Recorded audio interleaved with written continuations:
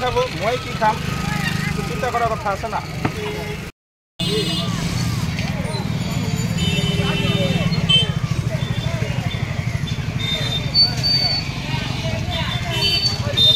আমি গরিব মানুষ ব্যবসা করি 2 পয়সা কমাই আসছিল বিজনেস করি আমাক ভাগাই দি আছে বারবার কয় রেলের মাটি বহিবা নিদিম রেলের জায়গা বহিবা নিদিম আমি আর কেতে ক'ত যাম আৰু গৰিব মানুষ আগৰ পৰা বহি আছো।